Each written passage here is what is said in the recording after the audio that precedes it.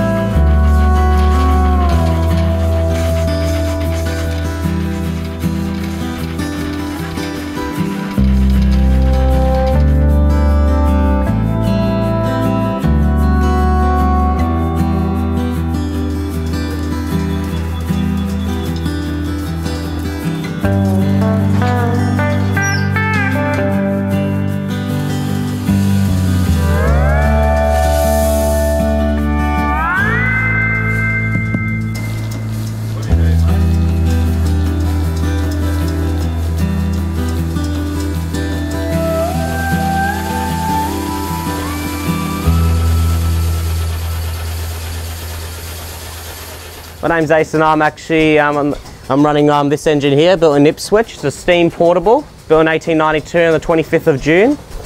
Steam portable's primary purpose was actually a power source. So mainly would have a large belt on this flywheel here, and it would actually spin things like a generator, sawmills, etc., etc. They were really a primary purpose of just providing power.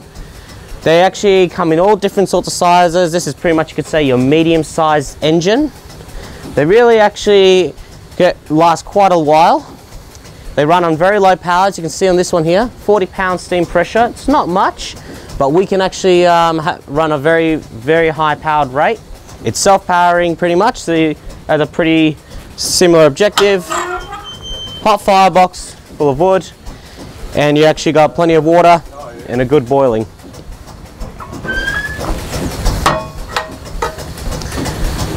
After all, they're pretty simple.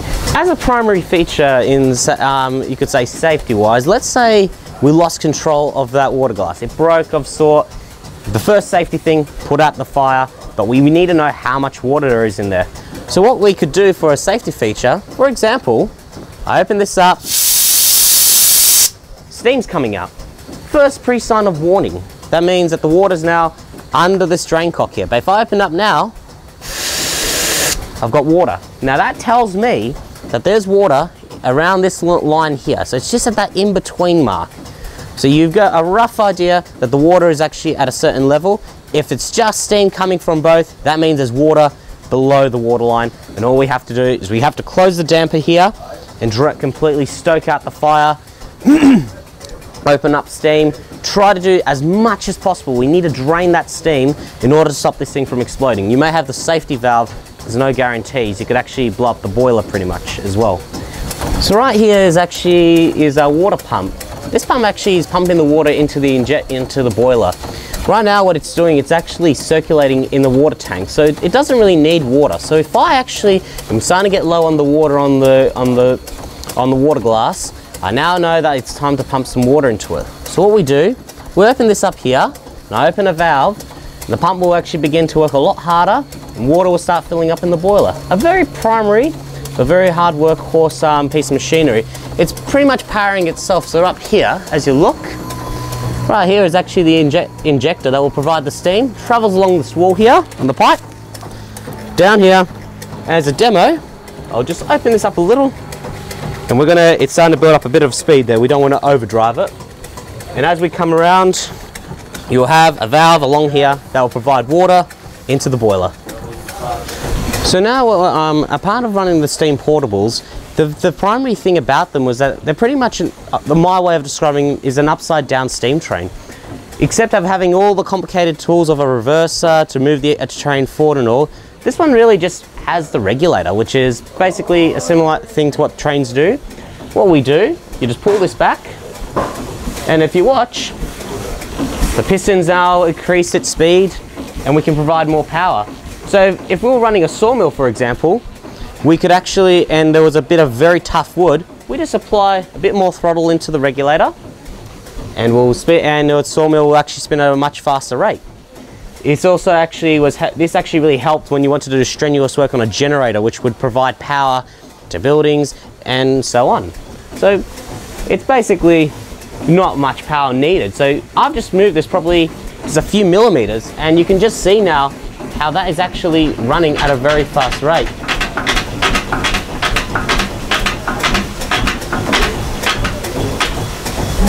And back open again and running it at a reasonable pace. So you don't really need much power for a large flywheel. It turns at a rapid rate, and the bigger the flywheel, the more power you can provide because it's such a large turning radius. Yeah, well, here we are at the steam weekend. Getting this fired up. It's a Ruston Proctor portable engine. I guess chiefly used on agricultural equipment, anywhere you need some power, sawmills, driving threshers, chaff cutters, anything like that. Yeah, so she's full of water. We've got a fire happening there, and we're waiting for the steam to come up. So we'll see how we go.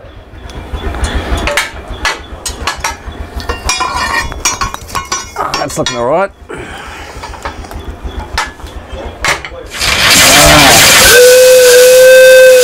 Now we're in business.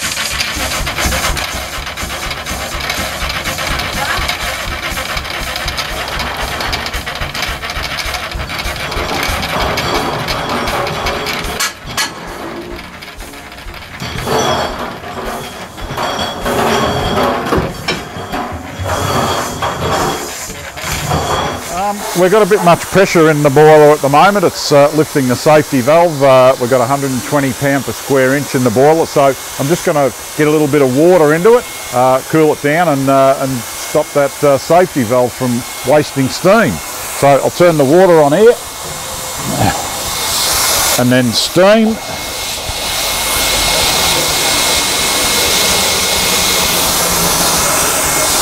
And then we'll watch the water level in the gauge glass here, and we'll just put about an inch in it, and that should drop the pressure a little bit.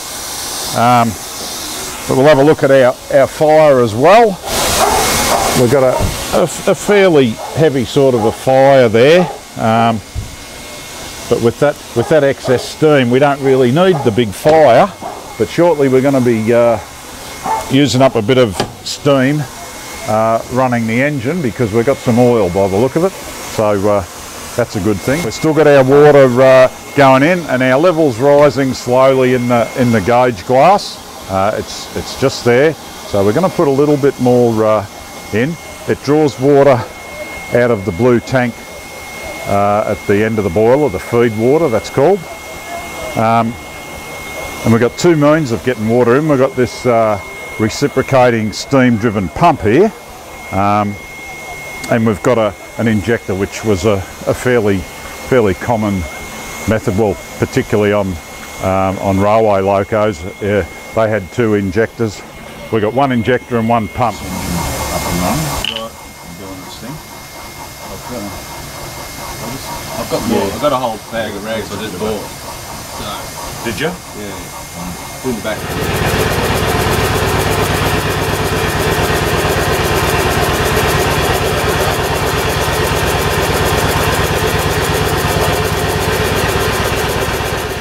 Well guys, what did you think of today's video? I trust you enjoyed joining my wife and I on our Victorian Outback journey to attend this private steam rally. In closing, my wife and I would like to thank Hamish for inviting us over to experience his private collection.